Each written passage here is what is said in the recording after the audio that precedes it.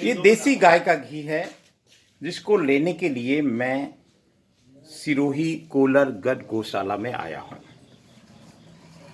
1.5 kilo घी निकला है मुश्किल से, क्योंकि यहाँ का घी कम निकलता है। दूध वाली गाय कम है और दूध चला जाता है शहर में, क्योंकि इस शहर को दूध की सप्लाई ये कोलरगढ़ गौशाला करती है। आज मैं आपको श्री आदेश्वर गौशाला या कोलरगढ़ गौशाला के बारे में बताऊंगा और ये बताने की कोशिश करूंगा कि भारत देश में, कृष्ण के देश में गाय का घी कितना दुर्लभ हो गया है। इसमें प्रवेश करें उससे पहले मैं इस कोलरगढ़ का विहंगम नज़ारा बता दूं। अभी चूँकि पतझड़ का समय शुरू हुआ है, अन्यथा तो ये पहाड़ियाँ ऐसी लगती थी, क्योंकि यहाँ ऊपर आम्बेश्वर धाम है, आदेश्वर भगवान का मंदिर है, भारती जी का मंदिर है, गुरु गोरक्षनाथ जी का मंदिर है और भी कई मंदिर हैं। ये एक तीर्थ के रूप में है, श्री आम्बेश्वर धाम के रूप में। श्री आदेश्वर गौ सेवा समिति कोलरगढ़, इसकी संपूर्ण व्यवस्था को देखते हैं। यहाँ अच्छा खासा वृक्षारोपण किया है, 1100 गौवंश है। मैं आया था इस गौशाला में घी खरीदने, थोड़ा सा घी खरीदने। 1.5 किलो घी मिला मुश्किल से, लेकिन सच में आने वाले समय में क्या गाय का शुद्ध घी मिलना बंद हो जाएगा? हमारे लक्षण तो यही बता रहे हैं, क्योंकि हमको घी तो शुद्ध चाहिए, लेकिन गौ माता सड़कों पे छो घूमती। गाय माता यहाँ पर ऐसे बड़े बड़े 4 बाड़े हैं। मैं आज आपको इस गौशाला की व्यवस्थाओं को थोड़ा सा बताना चाहूँगा। हम अक्सर 2 सीन देखते हैं भारत देश में वर्तमान में। एक इस तरह की गौशालाओं का दृश्य जहाँ गौ माता दुआ देती है, जहाँ वातावरण में एक पॉजिटिव एनर्जी रहती है, क्योंकि इनका आशीर्वाद मिलता है। और एक सीन जो अक्सर हर शहर का है, हर शहर की पोल खोलता है, कचरे के ढेर में भोजन तलाशती हुई गौशाला, गौ माता या नंदी भगवान। कितना दर्द होता है गौ प्रेमियों के लिए। लेकिन दोष किसका दें? एक ये भी सवाल खड़ा होता है, सिस्टम का दोष दें, समाज का दोष दें, इस तेजी से हो रहे बदलाव का दोष दें, तथा कथित विकास का दोष दें, या गौ माता के प्रति कम हो रही आस्था का दोष दें, हमारे रहन सहन का दोष दें, किसका दोष दें? बिल्कुल समझ से परे है साहब। लेकिन गौ माता जो गो लोक से आया हुआ प्राणी है, उसकी सेवा से हम वंचित कैसे रह सकते हैं? जानकार बताते हैं स्पष्ट रूप से कि ये एक वो है, बड़ा सा टीन शेड है। मैं बात कहाँ से शुरू करूँ, कहाँ ख़त्म करूँ, मैं खुद कंफ्यूज हूँ, क्योंकि जिन्होंने इस गौशाला को शुरू किया होगा, सच में वो संत हैं, सच में वो संत हैं। उनके अंदर जीव दया की पराकाष्ठा है, उनके अंदर गौ सेवा का एक श्रेष्ठतम उदाहरण हम देख सकते हैं। गौ माता का पेट भर रहा है। यहाँ सरकार अपने स्तर से सेवा करती है। ये एक टीन शेड है। ऐसा हमको जयंती भाई, जो यहाँ के मैनेजर कहो, व्यवस्थापक कहो, ये बता रहे हैं कि ये गौ माता ठंड के समय में, ये चूँकि दरवाज़ा खुला रहता है, गौ माता बहुत समझदार प्राणी हैं और वो सर्दी से बचने के लिए इसमें अपने आप चली जाती है। एक ये चारा गोदाम है। देखिए, प्लानिंग सदियों के लिए होना चाहिए। ये मैं उन समझदार व्यक्तियों को साधुवाद करता हूँ जो सदियों की प्लानिंग बनाते हैं। ये जो जिस चारा गोदाम को हम आपको बताएंगे आज, ये चारा गोदाम, मुझे ऐसा लगता है अगर 10,000 गौवंश भी यहाँ रहने लग जाए तो चारा गोदाम छोटा नहीं पड़ सकता। ऐसे चारा गोदाम और भी हैं जयंतीलाल जी? चार ऐसे 4 चारा गोदाम हैं। 1011 मतलब 1100 गौवंश हैं, जिसमें 400-500 नंदी हैं।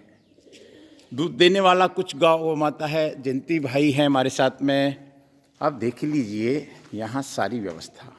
और वर्तमान में इस गौशाला की के अध्यक्ष कहो, ट्रस्टी कहो, व्यवस्थापक कहो, या क्योंकि ये बहुत खर्चा होता है, इसमें लाखों का खर्चा होता है, उस खर्चे की देख रेख करने वाले कहो श्रीमान मीठालाल जी भंडारी साहब। मीठालाल जी भंडारी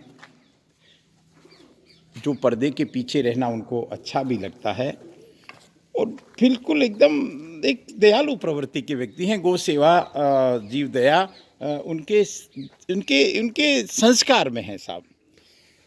मैं राजेंद्र नरूका, मैंने देवनगरी के देव दर्शन में इस गौशाला का पहले कोशिश की थी बताने की, ठीक 1.5 साल पहले, 2 साल पहले। आज मैं पुणे आया हूँ। आज हालांकि आने का प्रयोजन दूसरा था। आज किसी एक हमारे आदरणीय भाई साहब को घी चाहिए था, शुद्ध घी चाहिए था, उनको घी चाहिए था, तो मैं घी लेने आया हूँ।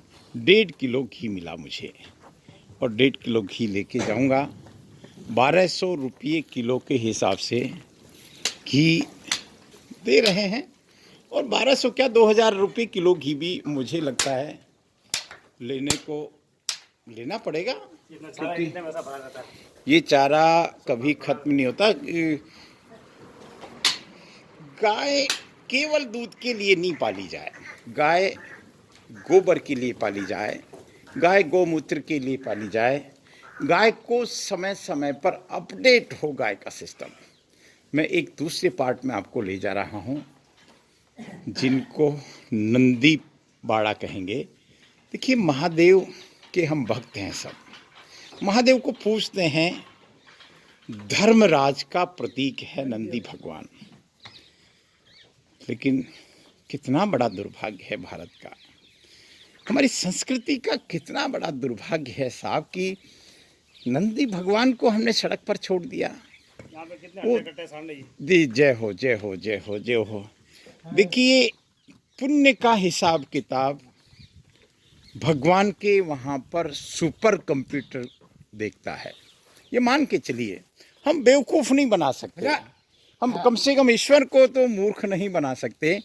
आप अगर सच में सेवा करते हैं तो आपकी सेवा को ईश्वर लिख रहा है, आपकी सेवा को लिख रहा है।